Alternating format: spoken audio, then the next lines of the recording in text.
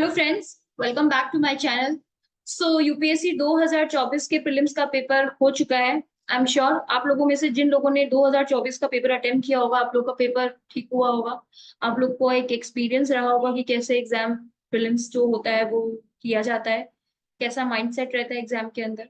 और जिन लोगों ने एग्जाम नहीं दिया, वो those who are preparing for next year और 2026, उन लोग को भी पेपर आई थिंक ये बैठ के देना चाहिए, एनालिसिस करना चाहिए घर पे बैठ के कि किस तरीके का माइंडसेट रहता है अगर आप पेपर एट प्रेजेंट अगर सॉल्व करते हो तो। ठीक है, बट दोनों ही केस में I wish you all the very very best कि आप लोग का रिजल्ट जो हो वो आपके फेवर में आए। नाउ अगर coming towards history questions, UPSC 2024 में अगर हम हिस्ट्री का वेटेज देखें तो इस बार काफी कम था as compared to previous years.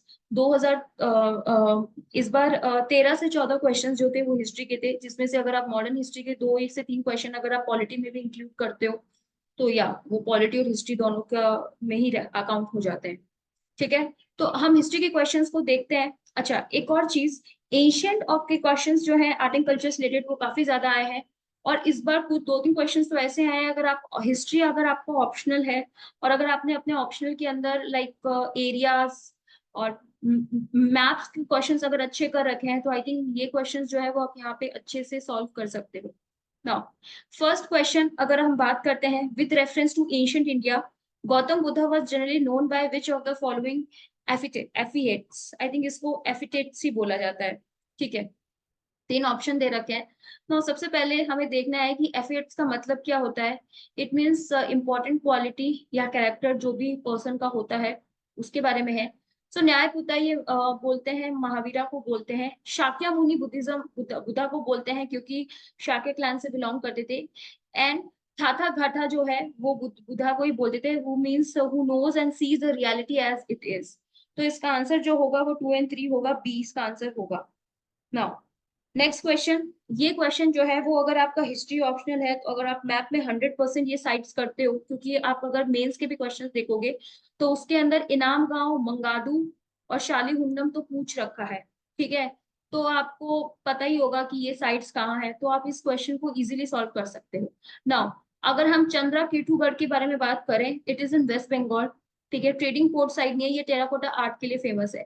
इनाम गांव इज इन महाराष्ट्र, ये बहुत सिंपल साइट है क्योंकि जब भी हम चालकोलिथिक साइट करते हैं इनाम गांव के बारे में हमेशा बात करते हैं, तो it's in Meghalaya chalcolithic site. Mangadu it's in Kerala. Yes, Tamil Nadu का ही पार्ट है वो। ठीक है, उस टाइम पे उस एम्पायर को वही बोला जाता था, उस एरिया को यही बोला जाता था, it's a megalithic site. Salihundam it's in Andhra Pradesh but it's not famous for rock cut cave shrine, it is famous for stupa. तो इसका आंसर होगा 2 और 3। Who of the following rulers of medieval India gave permission to Portuguese to build a fort at Bhatkal? तो भटकल हम map के अंदर करते हैं एक area mark, it's in Karnataka. And UPSC का फेवरेट एरिया है विजयनगर एम्पायर। हर साल विजयनगर एम्पायर के बारे में कुछ ना कुछ फॉर्म में या डिफरेंट तरीके से पूछ ही लिया जाता है। तो अगर हम थीम्स की बात करें कि थीम्स जिस पे यूपीएससी सबसे ज्यादा फोकस करता है, तो अभी तक हमें मिली है Jainism, Buddhism and Vijayanagar empire.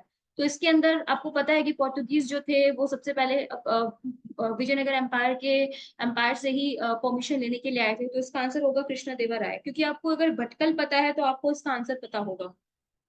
Now with reference to revenue collection by the Cornwallis, consider the following statement. Ryotwari और परमानेंट के बारे में पूछा है। तो ryotwari settlement, revenue collection, the peasants were exempted from revenue payment in case of bad harvest और natural calamities. No, exempted नहीं रहते थे। यही इश्यू था रियोटवारी सेटलमेंट का कि वेदर इररिस्पेक्टिव ऑफ वेदर कोई नेचुरल कैलेमिटीज भी हो जाती है तब भी प्रीजेंट्स को अपना जो टैक्सेस होता है वो पे करना ही पड़ता था, ये इसका एक इश्यू था। ठीक है, तो इसमें वो एग्जेम्प्टेड नहीं थे। Under the permanent settlement in Bengal, if the zamindari failed to pay his revenue to the states on or before the fixed date, he would be removed from his zamindari. Definitely, ये भी इसका एक issue था कि अगर जमींदारी से remove कर दिया जाता है अगर पेमेंट नहीं आप if you are unable to pay the payment, तो इसका आंसर होगा बी। नाउ ये एक डिस्प्यूटेड क्वेश्चन है क्योंकि being in history optional student, अगर हम ये पढ़ते हैं सेकंड स्टेटमेंट, हम डिस्कस करते हैं इसको, there are no parables in the universe Upanishad. Parables का मतलब यहाँ पे होता है कि कुछ स्टोरीज जो जिनसे हमें लेसन मिलते हैं। तो उपनिषद के अंदर बहुत सारी स्टोरीज हैं, तो इसकी ये गलत होगा। Upanishad were composed earlier than the Puranas. Now बहुत सारे ऐसे सोर्सेज है जो बोलते हैं कि उपनिषद जो है वो पहले कंपाइल हुए थे, कंपोज हुए थे, बट कुछ वो हैं जो बोला जाता है कि उपनिषद जो है वो बाद में हुए थे। Like example Chandogya and Brihadaranyaka Upanishad Upanishad के अंदर जो मेंशन है वो they talk about the Puranas.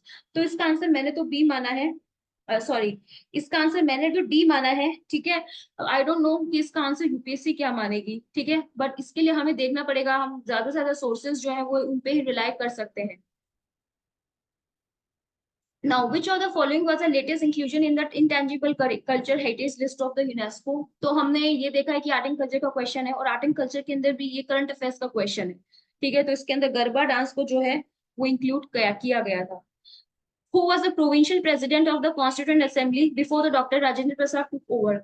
तो ये क्वेश्चन जो है वो पॉलिटी के अंदर भी काउंट होगा और मॉडर्न हिस्ट्री के अंदर भी होगा, लेकिन अगर मॉडर्न हिस्ट्री की बात करें तो ये स्पेक्ट्रम के अंदर जहाँ पे कैबिनेट मिशन प्लान का आना जाना लगा रहता है, उसी पेज पे और उसी के नेक्स्ट पेज पे ये जो है वो मेंशन कर रखा है कि प्रोविंशियल प्रेसिडेंट किसको बनाया गया है। तो इसका आंसर डॉक्टर सचिंद्र नाथ सिन्हा होगा। और अगर आपने स्पेक्ट्रम नहीं पढ़ी है, अगर आपने लक्ष्मीकांत पढ़ी है, तो पार्लियामेंट के चैप्टर के अंदर जहाँ पे स्पीकर का डिस्क्रिप्शन देना शुरू होता है कि उनको अर्लियर नेम उनका क्या था, स्पीकर को किस नाम से बुलाते थे, नाम जो है स्पीकर का नाम कब पड़ा, उस पूरे पैराग्राफ के अंदर इनका नाम जो है वो मेंशन है, and he was the provincial president of the constituent assembly. Now, again, this is a polity question or modern India question. With reference to the Government of India Act 1935, consider the following statement. It provided for the establishment of an All India Federation based on the union of the British Indian provinces and the princely states. ये right है obviously। जो federation का provision था वो इसी act के through आया था। Defence and foreign affairs were kept under the control of the federal legislature? No, it was kept under the control of central government at that time. तो इसका आंसर जो होगा वो ए होगा। Which of the following is a work attributed to playwright Bhasa? ठीक है, अब इसके अंदर अगर हमें एक चीज पता चलती है कि लिटरेचर का जो भी पार्ट होते हैं वो हमें बहुत अच्छे से करने होते हैं। आप एक चीज कर सकते हो, जैसे जैसे आप चैप्टर पढ़ते हो, एंड में एंशियंट इंडिया कंप्लीट होने के एंड में एक पूरी लिस्ट जो है वो लिटरेचर की बना लो कि किसकी क्या लिस्ट है। सिमिलरली फॉर मिडिवल ऑल्सो पूरी लिस्ट तैयार कर लो कि मिडिवल की जो है वो कौन सी लिस्ट है। तो अगर हम इसके अंदर बात करें भाषा के बारे में, तो काव्य कलंकारा जो है वो वासुमित्रा ने लिखी है। नाट्य शास्त्र में सबको पता है भरत मुनि ने लिखी है। महाभाष्य भी हमें पता है पतंजलि ने लिखी है। सिर्फ एक बचती है मध्यमा व्योगा जो है वो भाषा ने लिखी है। तो इसका आंसर होगा सी। Again, a typical factual question. Sanghabhuti, an Indian Buddhist monk who traveled to China at the end of the 4th century AD, was the author of an commentary on. इसका आंसर भी होगा सरस्वती विद्या विनाया। इन्होंने जो है वो इस तरीके से डिस्क्रिप्शन जो है वो कमेंट्री दी थी। It's a factual question. अगर आप हिस्ट्री के स्टूडेंट नहीं हो ऑप्शनल के और आपको नहीं पता है तो ये क्वेश्चन छोड़ा जा सकता है आसानी से, बट आप ऑप्शन में ये सब चीजें पढ़ते हैं। Now, consider the following properties included in the World Heritage List released by the UNESCO. Option है। Now, statement को बहुत अच्छे से पढ़ना है नीचे, because how many of the properties were included in 2023? Because ये चारों ही UNESCO World Heritage List में है, but question में पूछा है 2023 में किसको इंक्लूड किया गया है। तो Shanti Niketan and the sacred ensembles of Hoysala empire यहाँ पे इंक्लूड किया गया है। तो इसका आंसर होगा only 2। Again this is a history question, और आप पॉलिटिकल क्वेश्चन भी थोड़ा बहुत मान सकते हो उसको। बेसिकली ये पोस्ट इंडिपेंडेंस के टाइम का क्वेश्चन है, ठीक है। पार्टी का फॉर्मेशन है भारतीय Jansangh, doctor Shyama Prasad Mukherjee race. Socialist party और स्वतंत्र पार्टी का जो है वो रिवर्स दे रखा है। आचार्य नारायण देव ऊपर आएंगे सोशलिस्ट पार्टी में, और सी राजगोपालाचारी स्वतंत्र पार्टी में आएंगे। On Congress for democracy, yes Jagjivan Ram. ये स्पेक्ट्रम के लास्ट के पेजेस के अंदर जहाँ पे पार्टी और उनकी लीडर्स पर्सनैलिटी दे रखा है, पर्सनैलिटी इन मॉडर्न इंडिया या personality during a freedom struggle, उसके अंदर आप ये जो है डिस्क्रिप्शन वो देखोगे। तो last pages are of spectrum are very important in for this question. Which of the following is the author of books The India Way and the Why Bharat Matters? तो ये इसका आंसर होगा सुब्रमण्यम जयशंकर। ये इनकी book है, मेरे एक friend लेके आया था ये book, and he praised it a lot. उन्होंने ये बोला कि बुक काफी अच्छी, उन्होंने काफी अच्छे से पढ़ी है, ठीक है। तो इनका आंसर इसलिए मैं फोटो के साथ भी आपको बता सकती हूँ कि आपको भी ये बुक पढ़नी चाहिए, ठीक है। First of all this is an art and culture question, literature से रिलेटेड क्वेश्चन है, लेकिन लिटरेचर के अंदर करंट अफेयर्स का इसके अंदर हम उस सेक्शन के अंदर इसको डाल सकते हैं।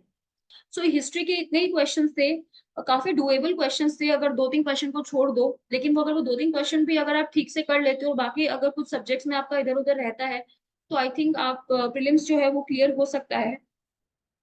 ठीक है, सो नो इश्यूज, आप जो भी हो, let's start preparing for the mains. आप अपना ऑप्शनल जो है वो आई थिंक अभी आपको एटलीस्ट 15 दिन मिनिमम आपको अपना ऑप्शनल जो है रिजल्ट तक तैयार कर लेना चाहिए, क्योंकि वो ज्यादा सही रहेगा, चाहे आपका कोई भी रिजल्ट रहा हो। Okay, that's it for today. Thank you so much.